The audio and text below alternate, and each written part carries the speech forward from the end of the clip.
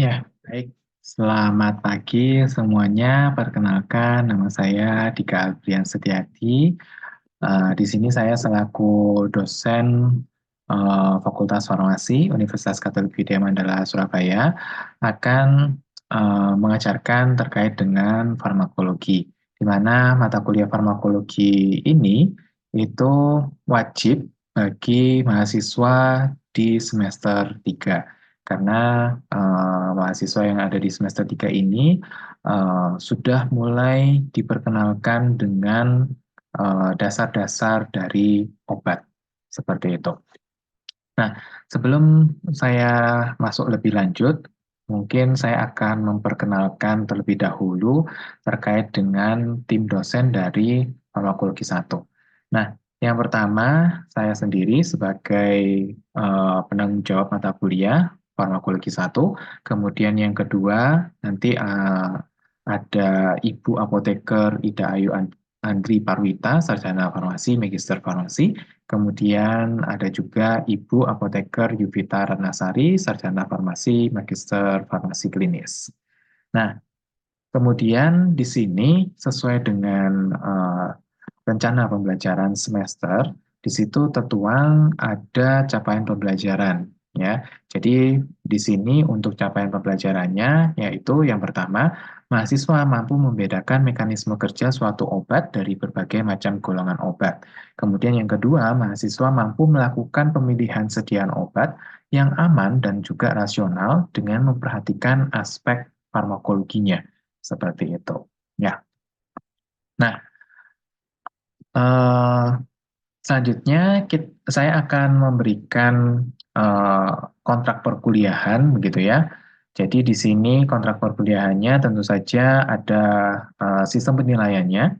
Yang pertama dilihat dari nilai tugas yaitu sebesar 30%, kemudian nilai kuis 20% dan juga nilai UTS dan UAS sebesar 50%. Jadi nanti akan ada nilai akhir dari total nilai tugas, kuis, UTS, dan juga UAS. Ya, jadi totalnya adalah sebesar 100%.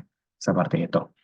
Nah, ini adalah acuan yang kita gunakan selama kita mempelajari terkait dengan farmakologi. Ya, jadi ada buku yang namanya Clinical Pharmacology dan ini pengarangnya adalah Katsung gitu ya.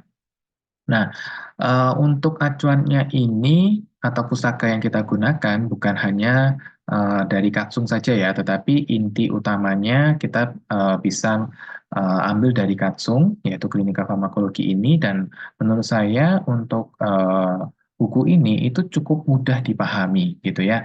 Selain itu juga ada yang lebih mudah lagi dipahami, yaitu Atlas Farmakologi ya. Nah, itu nanti akan saya sharekan ke kalian terkait dengan eh, pustaka yang kita pakai untuk mempelajari farmakologi ini, ya, seperti itu. Nah, ini adalah terkait dengan outline yang akan kita pelajari bersama, begitu ya, untuk farmakologi. Jadi di minggu pertama ini kita akan membahas terkait dengan pendahuluan dulu gitu ya, terkait dengan apa itu farmakologi, kemudian yang kedua kita juga mempelajari prinsip dari aksi obat itu seperti apa, karena ini juga merupakan dasar dari kita mempelajari farmakologi yang lebih atau notabene-nya itu adalah terkait dengan obat-obatan gitu ya, yang nanti akan kita lebih lanjut membahas terkait dengan mekanismenya, kemudian terkait dengan eh, apa efek obat itu terhadap tubuh itu bagaimana, ya, kemudian ada durasi of actionnya dan yang lain sebagainya, ya. Dan kemudian kita juga akan mempelajari pharmacodynamics, pharmacokinetics, drug metabolism, dan terkait dengan pengembangan obat baru dan juga uji obat, begitu ya. Nah, selain ini juga tentu saja sesuai dengan rencana pembelajaran gitu ya, kita juga akan mempelajari terkait dengan obat-obat seperti obat sistem saraf pusat, kemudian obat antibiotik, kemudian obat kardiovaskular, kemudian juga ada obat terkait dengan dislipidemia, begitu ya.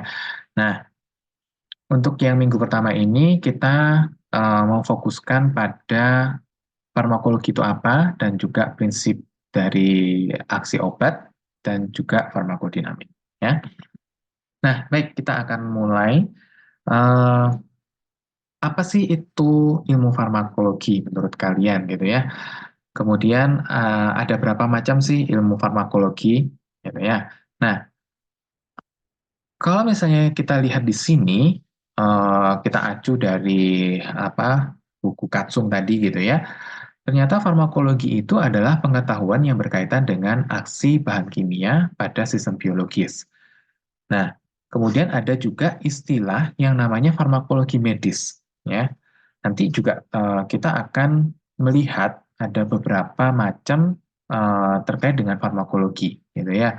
Entah itu nanti ada farmakologi medis, farmakologi ekonomi, ya, yang terkait dengan farmakoekonomi, kemudian ada farmakoterapi. Nah, itu semua basicnya adalah farmakologi ini, ya. Nah, jadi sekali lagi kalau misalnya kita lihat bahwa untuk istilah farmakologi medis ini adalah bidang farmakologi yang berkaitan dengan penggunaan kimia dalam pencegahan, kemudian diagnosis dan pengobatan penyakit terutama pada manusia. Ya, jadi ini adalah basic atau dasar di mana kita bisa mempelajari obat-obatan, gitu ya. Nah, di sisi lain, kita juga akan mempelajari yang namanya toksikologi.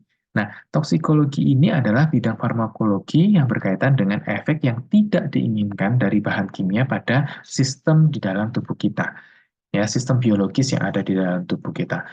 Nah, jadi kita tahu bahwa obat-obat ini sebenarnya adalah bisa dikatakan gitu ya, bisa dikatakan adalah racun gitu ya. Makanya dari itu kalau misalnya kita lihat lambang dari farmasi itu adalah cawan dengan ular gitu ya. Nah, di situ menandakan bahwa zat kimia yang masuk di dalam tubuh kita itu tentu saja bisa berakibat baik kalau itu sesuai dengan kaidah-kaidahnya atau sesuai dengan dosis yang diberikan gitu ya.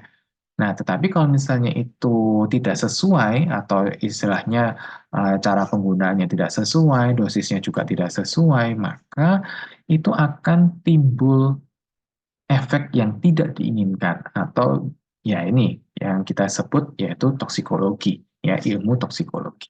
Seperti itu. Dan itu pun ya toksikologi ini sebenarnya juga mempelajari terkait dengan eh, seberapa besar sih dosis yang saat dikonsumsi oleh manusia itu mengakibatkan efek yang tidak diinginkan atau efek samping yang merugikan seperti itu ya. Namun bukan diuji cobakan pada manusia terlebih dahulu ya, tetapi akan diuji cobakan pada hewan coba terlebih dahulu ya. Jadi nanti tentu saja nanti kita akan membahas terkait dengan uji obat gitu ya. Entah itu nanti ada terkait dengan preklinis dan juga uji klinis seperti itu ya. Oke, nah kita lihat untuk yang pertama adalah farmakologi medis. Nah, untuk farmakologi medis ini dibagi menjadi dua kelas, yaitu farmakodinamik dan juga farmakokinetik, di mana farmakodinamik dan farmakokinetik ini sebenarnya juga bagian yang nantinya kita akan mempelajari secara khusus, sesuai dengan outline yang tadi kita bahas. Ya. Nah, secara umum, kalau misalnya kita lihat di sini, farmakodinamik itu adalah efek obat pada tubuh, ya. Jadi dikatakan efeknya obat ini pada tubuh kita ini bagaimana? Contohnya, misalnya ada obat paracetamol, gitu ya, yang sudah umum ya, yang kita kenal begitu ya. Nah, obat paracetamol ini efeknya di dalam tubuh kita itu adalah yang kita kenal adalah untuk menurunkan demam, gitu ya, menurunkan panas, ya. Nah, itu yang dinamakan dengan farmakodinamik ya, ilmu farmakodinamik. Namun kita tahu bahwa paracetamol itu bukan hanya untuk menurunkan demam, tetapi ada beberapa efek ya seperti menghilangkan rasa pusing, ya, menghilangkan sakit kepala, kemudian bisa juga menghilangkan atau mengurangi rasa nyeri di dalam tubuh kita, ya, seperti itu. Nah, kemudian yang kedua terkait dengan farmakokinetik. Nah, farmakokinetik ini adalah cara tubuh mempengaruhi obat dengan waktu, yaitu penyerapan, distribusi, metabolisme, dan juga ekskresi, yang biasa kita sebut dengan ATME. Ya. Nah, nah, terus kita mengingat bahwa saat sesuatu ya atau makanan yang kita makan begitu ya, itu pasti akan mengalami yang namanya penyerapan, distribusi, metabolisme, dan juga ekskresi.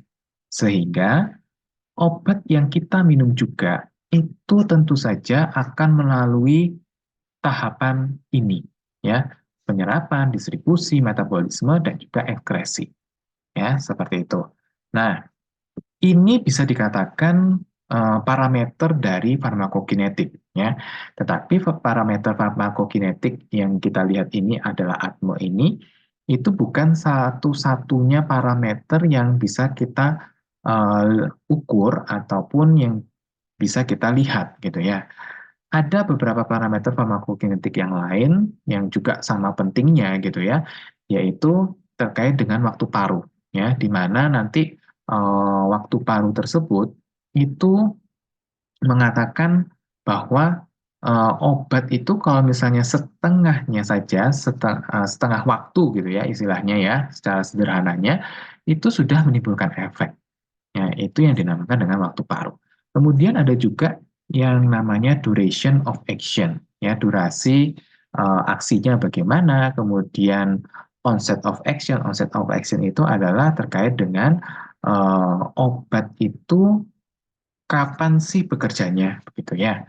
Jadi saat itu juga atau bagaimana, ya, berapa menit, gitu ya. Nah, kalau durasi ya pasti obat itu bertahan dalam tubuh kita durasinya berapa lama, gitu ya. Nah, itu nanti kita akan lebih mempelajarinya di bagian farmakokinetik, ya. Nah, kita masuk ke dalam prinsip dari aksi obat, ya, karena ini juga merupakan dasar di mana kita akan mempelajari obat-obatan, gitu ya. Yang pertama ada reseptor, transport system, enzim, dan juga second messenger, ya. Nah, untuk reseptor, reseptor ini merupakan tindakan obat yang dimediasi melalui efek molekul ligan obat pada reseptor obat di dalam tubuh kita. Ya, jadi dengan kata lain bahwa obat itu saat masuk ke dalam tubuh kita itu akan berikatan dengan reseptornya, ya, sehingga nanti ada penerjemah yang menerjemahkan bahwa oh ini untuk menurunkan demam, oh ini untuk menghilangkan rasa nyeri, ya. Nah, jadi tentu saja kebanyakan reseptor itu adalah molekul pengatur yang cukup besar yang mempengaruhi proses biokimia, ya. Nah, tentu saja kalau misalnya kita membicarakan terkait dengan biokimia, tentu saja kita akan melihat dari sisi enzim dan juga sisi molekul eh, kimia yang ada di dalam tubuh kita, ya. Nah, jadi makanya di sini dikatakan untuk enzim-enzim yaitu merupakan contohnya ya, contoh dari reseptor yang nanti apa obat itu akan berikatan ya. Jadi istilahnya juga dibantu oleh enzim untuk menerjemahkan efek dari suatu obat tersebut gitu ya. Nah, kemudian di sisi lain juga ada yang namanya proses fisiologi. Ini misalnya terkait dengan reseptor saluran ion, kemudian transporter reaktif neurotransmitter, dan juga transporter ion. Ya, nah jadi proses fisiologis itu tentu saja melibatkan adanya perubahan-perubahan yang dimana dia akan ada transport dari eh, dalam sel, kemudian ke keluar sel, dan seterusnya. Seperti itu. Ya. Nah, ada 4 jenis utama reseptor ya, yaitu yang pertama saluran ion agonis atau biasa disebut dengan ligand gate, terdiri dari subunit protein yang membentuk pori sentral, misalnya reseptor nikotinat, kemudian reseptor asam amino butirat atau biasa disebut dengan GABA. Kemudian yang kedua reseptor berpasangan G protein, ini membentuk reseptor dengan 7 helix rentang membran, ya, jadi dia strukturnya membentuk 7 helix gitu ya. Kemudian yang ketiga, reseptor nuklear untuk hormon steroid dan juga hormon tiroid. Ini terdapat di dalam inti sel dan mengatur transkripsi dan dengan demikian itu dia akan melibatkan sintesis protein. Ya. Dan yang terakhir adalah reseptor kinase. Reseptor kinase ini adalah reseptor permukaan yang memiliki atau biasanya aktivitas tirosin kinase intrinsik termasuk reseptor insulin, sitokin, dan juga growth hormone. Jadi nanti kalau misalnya kita nanti akan membahas terkait obat-obat anti diabetes seperti contohnya obat insulin, ya, maka kita tentu saja akan melibatkan yang namanya reseptor kinase ini, begitu, ya. Nah, ini merupakan eh, gambaran gitu ya terkait dengan sifat obat ya yang nantinya akan berikatan dengan reseptornya. Ya, jadi kalau misalnya kita ingat ya, kalau misalnya dulu kita apa tuh namanya membahas terkait dengan biologi dan juga apa tuh namanya kimia gitu ya di saat SMA gitu ya. Nah, itu kita mengenal bahwa obat dengan reseptor itu membentuk seperti gembok dan kunci, gitu ya. Nah, jadi di sini sifatnya eh, kuncinya seperti apa, gemboknya itu seperti apa, ya. Jadi kalau misalnya tidak klop, gitu ya, maka dia tidak akan terjadi efek yang diinginkan, ya. Justru malah efek yang tidak diinginkan, begitu, ya. Nah, makanya di sini ada beberapa sifat-sifat obat, ya, yang pertama adalah agonis, kemudian ada antagonis atau biasa disebutkan kompetitif inhibitor, kemudian allosterik aktivator dan juga allosterik inhibitor. Ya, tapi yang paling sering itu adalah agonis dan juga antagonis. Ya, jadi sesuai namanya gitu ya agonis, maka kalau misalnya dia obat itu bersifat agonis, kemudian berikatan dengan reseptornya, ya, maka dia akan memiliki aktivitas atau efek yang mengaktifasi gitu ya, mengaktifasi sehingga menimbulkan efek tertentu atau istilahnya menstimulasi sesuatu gitu ya di dalam tubuh kita. Nah, berkebalikan dengan antagonis ya. Nah, jadi kalau misalnya antagonis tentu saja dia akan menghambat, tetapi tentu saja penghambatan ini bukan penghambatan yang negatif ya. Dengan kata lain, menimbulkan efek samping lah, ataupun efek yang tidak diinginkan. Tapi justru malah penghambatan ini yang memang kita inginkan dari suatu obat tersebut untuk dihambat supaya tidak terjadi efek yang tidak diinginkan. Begitu. Ya. Nah, kemudian yang berikutnya adalah terkait dengan beberapa obat meniru molekul agonis atau mimi agonis yaitu dengan menghambat enzim metabolik, misalnya inhibitor asetil cholinesterase, gitu. Ya. Nah, sekarang kita masuk ke transport system. Untuk transport system ini bisa dikatakan merupakan membran sel lipid yang menyediakan penghalang terhadap transport molekul hidrofilik ke dalam atau keluar sel. Dengan kata lain, bahwa eh, transport system ini itu melibatkan adanya energi. Ya, kita tahu bahwa transport itu pasti ada yang dari dalam keluar atau istilahnya kita menggunakan istilah dari tinggi ke rendah dan juga ada yang rendah ke tinggi. Nah, tinggi ataupun rendah itu melibatkan yang namanya konsentrasi, ya. Konsentrasi suatu zat ya di mana konsentrasi tersebut itu kalau misalnya berpindah itu membutuhkan energi ya. Nah, jadi contoh-contohnya itu terjadi pada saluran ion, di mana saluran ion ini adalah bentuk pori-pori selektif dalam membran yang memungkinkan transfer ion itu siap untuk menuruni gradien elektrokimianya, ya, entah itu dia secara turun atau secara naik, gitu.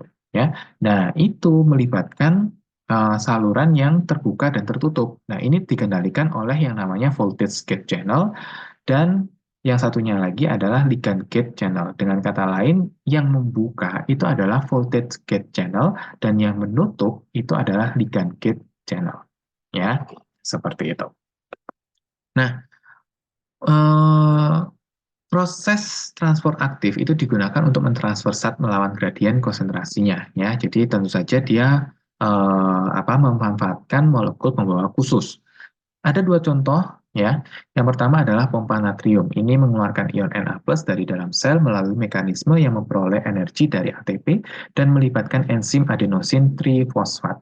Ya, jadi ion Na+-nya ini dengan kata lain harus dikeluarkan gitu ya, karena posisi yang ada di dalam sel itu adalah ion Na+-nya, sehingga kalau misalnya ion Na+-nya itu dikeluarkan, maka eh, ion yang lain itu nanti akan masuk ya.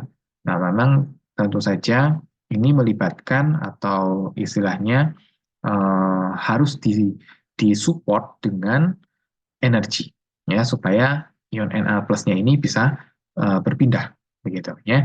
Kemudian yang kedua transportasi norepinefrin. Ini merupakan antidepresan trisiklik yang memperpanjang kerja epinefrin dengan menghalangi pengambilan atau memblok gitu ya, memblok kembali ke terminal saraf pusat.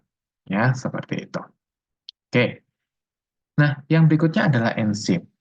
Seperti yang tadi yang sudah saya katakan bahwa enzim ini juga terlibat dalam proses di mana obat itu saat berikatan dengan reseptornya itu dibantu oleh enzim. Ya, sehingga dia nanti akan diterjemahkan atau diubah begitu ya. Apakah itu nanti menjadi obat yang aktif atau inaktif seperti itu ya. Nah, itu nanti kita akan membahas lebih lanjut di bagian metabolisme ya. Nah, enzim kembali lagi ya. Jadi enzim itu adalah protein katalitik yang meningkatkan laju reaksi kimia di dalam tubuh. Makanya di sini dikatakan enzim itu bisa membantu atau justru malah bisa tidak membantu gitu ya. Nah, obat-obatan yang bekerja dengan menghambat enzim termasuk antikolinesterase itu adalah yang meningkatkan aksi asetilkolin. Kemudian ada juga penghambat karbonat anhidrase. Ini yang bersifat diuretik ya. Tentu saja nanti kalau misalnya kita membahas terkait dengan obat-obat diuretik, kita akan lebih sering mendengar yang namanya penghambat karbonat anhidrase. Kemudian ada juga inhibitor monoamin oksidase, ini merupakan antidepresan dan inhibitor siklooksidinase. Ini contohnya seperti aspirin. Ya, seperti itu. Oke, itu termasuk dari enzim-enzim ya. Jadi eh, enzim karbonat anhidrase, enzim monoamin oksidase dan lain sebagainya. Ya.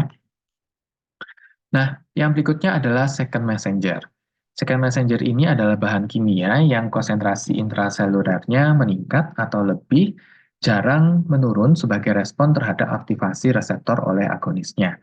Nah, second messenger ini yang paling banyak dipelajari itu adalah ion Ca2+, kemudian adenosin monofosfat, kemudian ada INSP3 dan juga diasil gliserol. Ya, nah untuk second messenger ini nanti kita akan lebih banyak membahasnya di obat-obat kardiovaskular ya, dan juga terkait dengan obat-obat dislipidemia ya, karena untuk second messenger ini tentu saja nanti akan melibatkan pertukaran-pertukaran ion ya, pertukaran-pertukaran ion yang ada di dalam saluran. Misalnya contoh seperti ion saluran Ca2+, kemudian ada saluran ion K+, ya. Jadi secara molekulnya itu sangat-sangat berguna untuk perpindahan dari ion-ion tersebut. Begitu, ya. Nah, ini adalah merupakan gambaran di mana eh, obat atau istilahnya obat itu akan berikatan dengan reseptornya, kemudian nanti juga melibatkan second messenger gitu ya, sehingga saat obat itu sudah di apa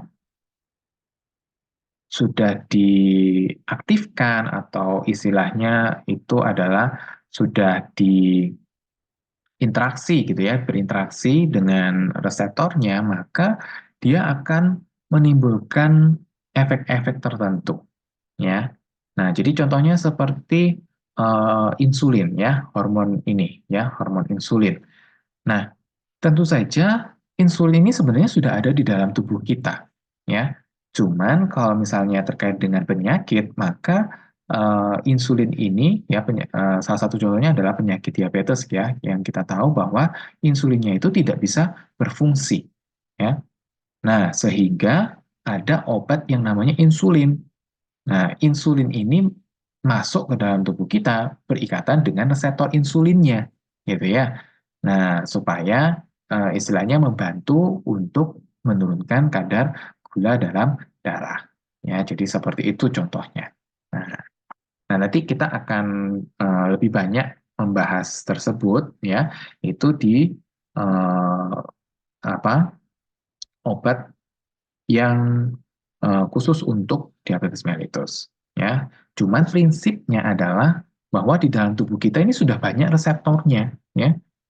Nah, tinggal nanti obatnya itu nanti akan berikatan dengan reseptor apa dan nanti akan menghasilkan efek yang diinginkan atau justru malah efek yang tidak diinginkan begitu ya. Nah, kita lihat sedikit terkait dengan pharmacodynamics. Jadi pharmacodynamics tentu saja melibatkan reseptor, kemudian dose response, agonis, signaling, dan juga reseptor regulation. Ya.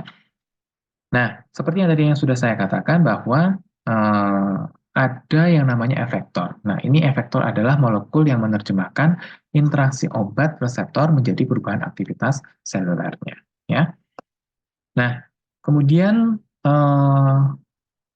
obat itu juga tidak terlepas dari yang namanya dosis, ya. Sehingga di sini dikatakan ketika respons sistem reseptor efektor tertentu diukur, maka itu akan terjadi yang namanya peningkatan konsentrasi obat, ya.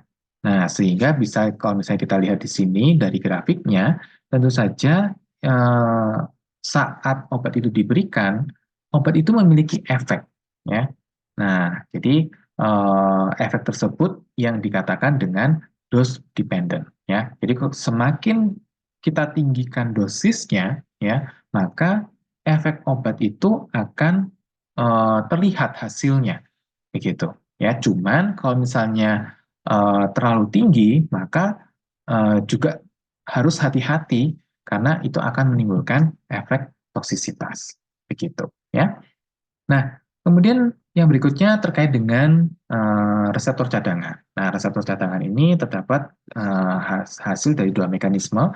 Pertama, durasi aktivitas efektor dan juga yang kedua adalah jumlah reseptornya. Ya, seperti itu. Kemudian ini ada beberapa istilah agonis penuh, agonis bias, ya. Dan yang berikutnya adalah terkait dengan therapeutic window. Ya, kalau misalnya terkait dengan therapeutic window ini, tentu saja obat itu memiliki efek maksimum dan juga minimumnya. Ya. Kemudian ini adalah 5 jenis utama mekanisme pensinyalan. Jadi kalau misalnya kita lihat di sini, untuk setiap reseptor itu mempunyai dudukannya sendiri. Mulai dari steroid, tirosin kinase, ya, kemudian ada enzim JAK, STAT, ya, kemudian ada ion channel dan juga GPCR, ya, seperti itu. Baik, mungkin itu saja untuk yang minggu pertama ya. Jadi nanti minggu kedua kita akan lebih memfokuskan lagi ke arah eh, farmakokinetik dan juga metabolisme ya, seperti itu. Nah, ini adalah daftar pusaka yang saya gunakan ya. Jadi nanti teman-teman mahasiswa bisa mengacu pada pustaka ini gitu ya. Baik, mungkin itu saja dari saya. Terima kasih dan selamat pagi semuanya. Sampai jumpa di minggu berikutnya.